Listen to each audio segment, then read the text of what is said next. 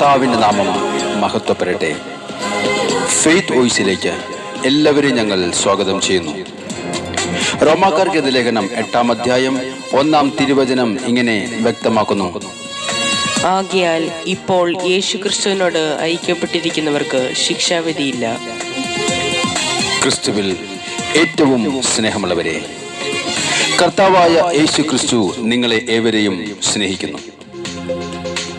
ആരും സഹായിക്കുവാൻ ഇല്ലാതെ കടന്നു വരുമ്പോൾ, എത്രമാത്രം പ്രാർത്ഥിച്ചിട്ടും ഒരു ഫലവും കാണാത്ത സാഹചര്യത്തിലും, മടുത്തുപോകുന്ന പ്രാർത്ഥനകളിലും തിരുവചനം പറയുന്നു, നീ ദൈവത്തെ സ്നേഹിക്കുക, കർത്താവായ യേശു ക്രിസ്തുവിൽ വിശ്വസിക്കുക.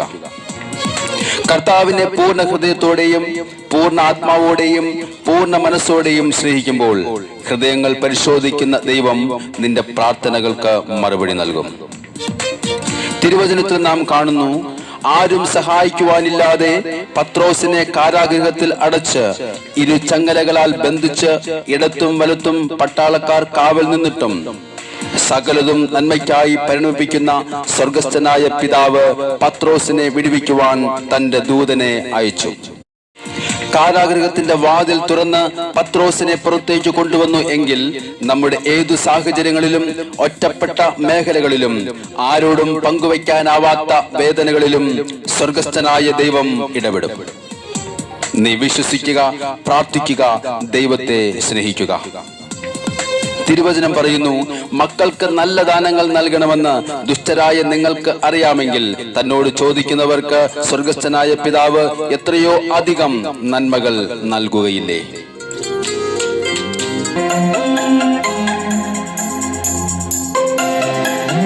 നമ്മുടെ കർത്താവായ യേശുവിൻ്റെ തിരുസന്നിധിയിൽ നാം പ്രാർത്ഥിക്കുന്ന എല്ലാ പ്രാർത്ഥനകൾക്കും ഉത്തരവും നമ്മുടെ യാചനകൾക്ക് മറുപടിയുമുണ്ട്.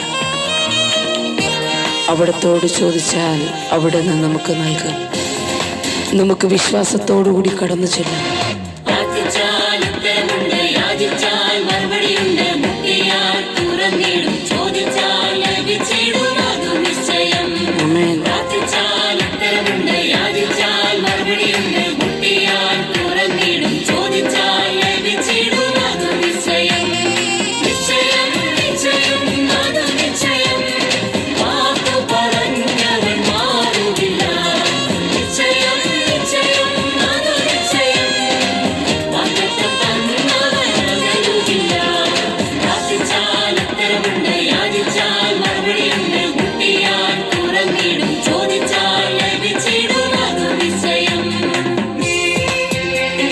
ഇന്ന് നമ്മുടെ കർത്താവായ യേശുവിനെ നാം ആരാധിക്കുമ്പോൾ നമുക്ക് വിടുതൽ ലഭിക്കും.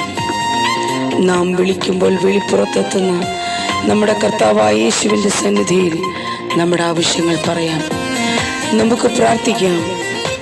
അവിടുന്ന് നമ്മെ കരുതുന്ന ദൈവം.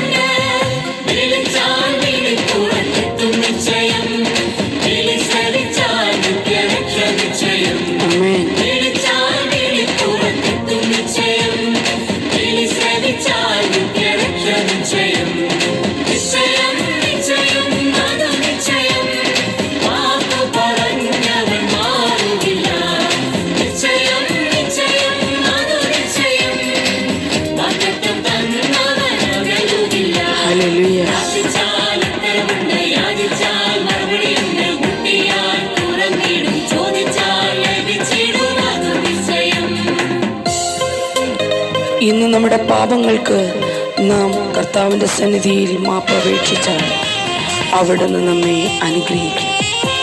വിശ്വാസത്തോടുകൂടി കർത്താവിൻ്റെ സന്നിധിയിൽ നമുക്ക് കടന്നു ചെല്ലാം. നമ്മുടെ പ്രാർത്ഥനകൾ സമർപ്പിക്കാം. നമുക്ക് അനുഗ്രഹം നേടാം.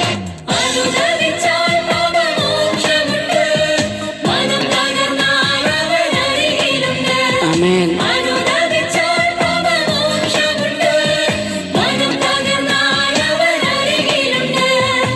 വിശ്വസിച്ച മഹത്വം കാണും നിശ്ചയം, നിത്യഭവനത്തിൽ നിത്യവാസം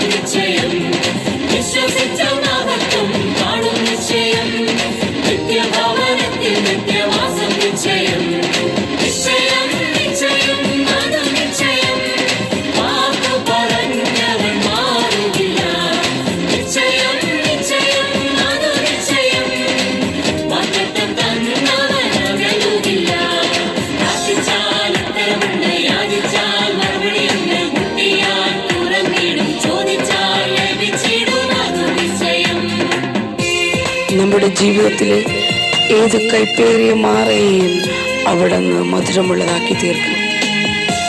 നമ്മുടെ ശത്രുവിന്മേൽ നമുക്ക് ജയം നൽകുന്ന നിസീ യഹോവയായ കർത്താവ് ഇന്നും ജീവിക്കുന്നു. അവിടുന്ന് നമ്മെ അനുഗ്രഹിക്കും.